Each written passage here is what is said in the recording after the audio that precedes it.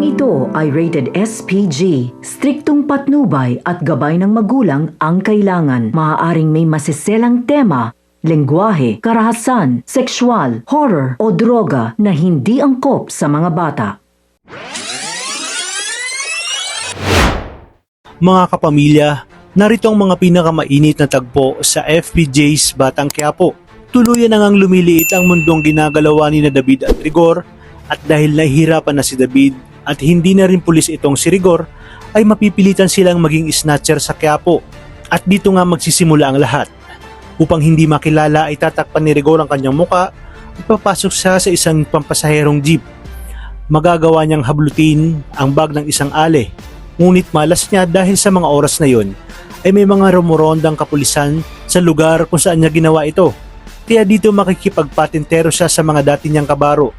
Hindi man siya mahabol ng kapulisan, ay makakasalubong naman niya sina Mang Berting at Ben. Kaya naman dito isusumbat ni Berting ang lahat ng kayabangan ni Rigor, na kung dati ay mataas ang tingin nito sa kanyang sarili, ngayon umano ay kinakarma na ito.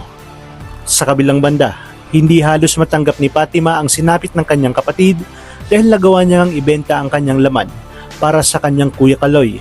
Ngunit huli na ang lahat. Sa pag-alis naman ni Tindeng at Marites sa poder ni Rigor, ay dito na nga gagawa ang tadhana ng paraan upang muling mag-cruise ang landas ni Tindeng at ang tunay na ama ni Marites. Walang iba kundi si Gustavo Guerrero. Kapag nangyari ito ay magpipilitang aminin ni Tindeng na pareho sila ng sinapit ni Marites. At si Marites ay bunga rin ng panghahalin ni Gustavo.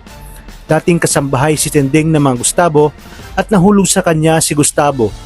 Ngunit nang nalaman ito ng asawa ni Gustavo, ay pinaalis niya na lamang si Tindeng at nangako nga hanapin niya ito. Sinabi ni Gustavo kay Tindeng dati na siguradong ipapapatay si Tindeng ng kanyang asawa kapag nalaman na buntis ito. Kaya naman mas pinili ni Tindeng na magpakalayo-layo na lang at huwag tanggapin ang anumang tulong mula kay Gustavo Guerrero.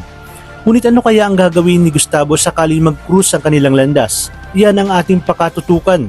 Sa mas umiinit pang mga tagpo, dito lang sa FPJ's Batang Quiapo. Maraming salamat sa inyong panonood at pagpalain tayong lahat, kapamilya.